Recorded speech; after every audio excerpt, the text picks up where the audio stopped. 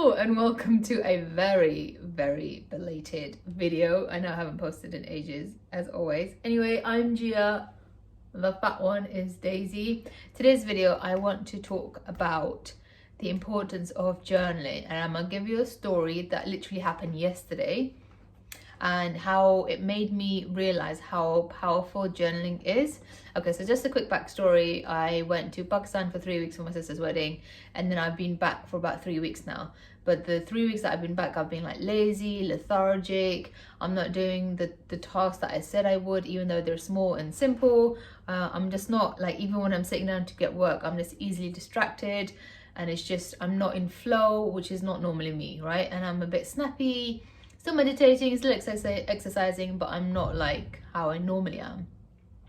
So then yesterday got really annoyed, got really pissed off with myself, and I was like, you know what, I'm just gonna meditate, I'm gonna journal at work. So I opened my diary and I just wrote down how I felt. And it was like, I felt frustrated, annoyed, pissed off, and as I wrote it, I literally felt so much better. So you basically write down how you feel, without judging it, without labeling it, without questioning it, without, judging yourself. You just acknowledge the emotions that you're feeling on a piece of paper. And when you do that, you write it down, it takes it out of your brain and onto something else. It's like taking out the garbage. Literally, you gotta take out the garbage and put it in the bin.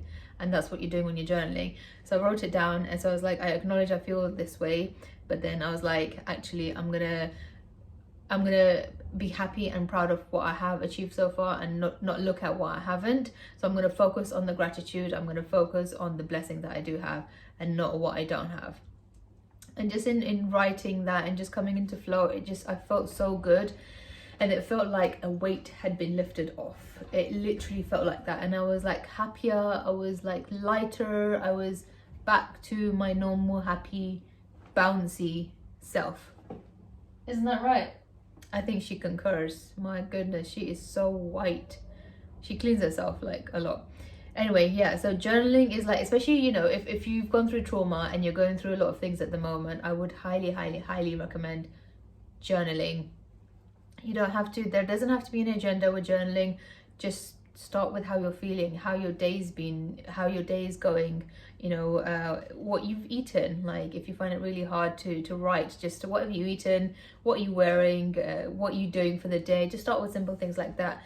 And then, eventually, ideally with journaling, you want to get into the nitty-gritty, you want to get into the deep, hard shit, which is your emotions, which are painful and difficult. But it gets easier. The more you journal, the more you learn to kind of work with your body, with your emotions. It becomes so cool and really fun. So yeah, journaling is a tool, really good for mental health, really good for like offloading, really good for emotional intelligence, really good to help you get into the flow of life and enjoying life. It might seem really simple, it's actually very underrated at the moment. I think journaling, it's highly underrated. You can get so many different kinds of journals on Amazon. You don't need to buy any, you just need a piece of paper, pen. I would definitely say when you're journaling, maybe do it in like a safe space and a cozy space. So I wouldn't recommend doing it at work, just because if you start journaling and all these emotions and trauma surfaces and you go into, like a fight or flight state, you want to be in a safe space. So unless you're comfortable doing journaling at work and you're ready for those emotions to come out, I would actually recommend doing journaling at home, in bed, with cozy blankets, cozy socks, maybe a water bottle, cozy drink, in a safe space, so your body feels and your brain knows that if you're vulnerable, you'll be okay. You're not at work, you don't have to put on a face, you don't have to put on a mask, you don't have to, go on and carry on. What I would say is, after you've journaled, you may feel like crying, you may feel like you want to get up and do something, you may feel drained of energy, you may feel like you want to go and sleep. So definitely give yourself that time and that space to just self-soothe, which means just, listen to your body, just kind of relax, don't do anything that's going to take too much energy. So because literally when you're journaling, you're draining your energy, the negative energy, so you might feel a little bit empty, low on battery, right? So you're going to do things that are going to recharge you.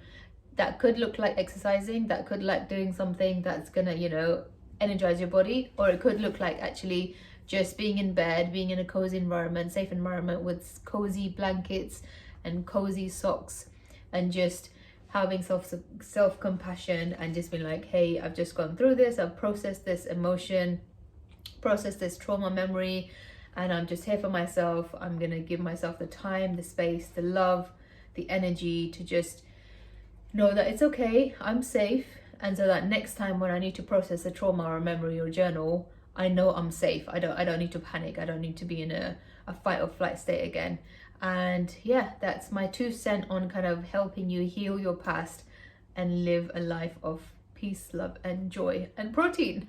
Don't forget the protein. Okay, that's enough from me and Daisy, whose face is in the feeder as always. I hope you found that helpful. I really found it helpful. Like the 3 weeks that I was in a rut, yesterday that half an hour journaling just lifted it off. And then what happened as a result of that was I wrote a list of the to-do tasks that I've been wanting to do for the last 3 weeks. I wrote it down and I actually got started with a few of them. I've done half of them already. And it was so easy. There was no effort. Like before that, I would write it down, I'd sit down, my intention would be to do it, but then I would get distracted by something and I'd do something else. And then I'll start something else. And then before you know it, you're tired, you want to go and eat, but you haven't actually done any of the tasks that you wrote down, and it adds on to the feeling pissed off already. It just adds on, and you don't want that. So through journaling, I got so lighter, and I was just able to like easily do those tasks. They were simple tasks, like for example, emailing somebody and like sending somebody something. Easy, simple tasks that require nothing. But it's just, it was such a block.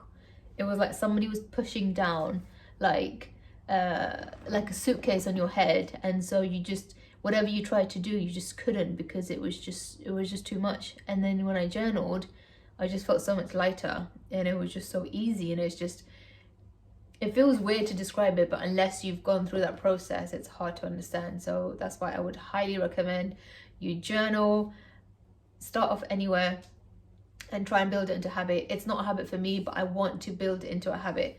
And I think it's just a really fantastic tool in self-development, in mental health, in kind of healing your traumas as well. It's a really, really fantastic tool when used, you know, properly, I guess. But in saying so, I don't want to say there is a right or a wrong way of journaling.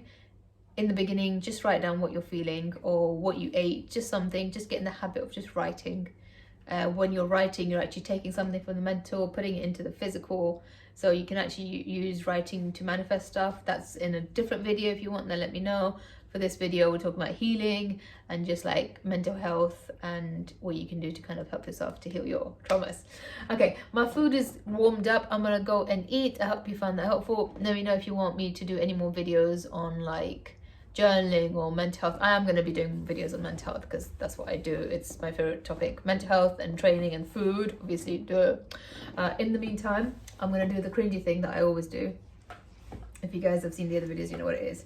In the meantime, eat your cake, do your curls. I'm losing my curls, and I'll see you in another video. Okay, peace, bye.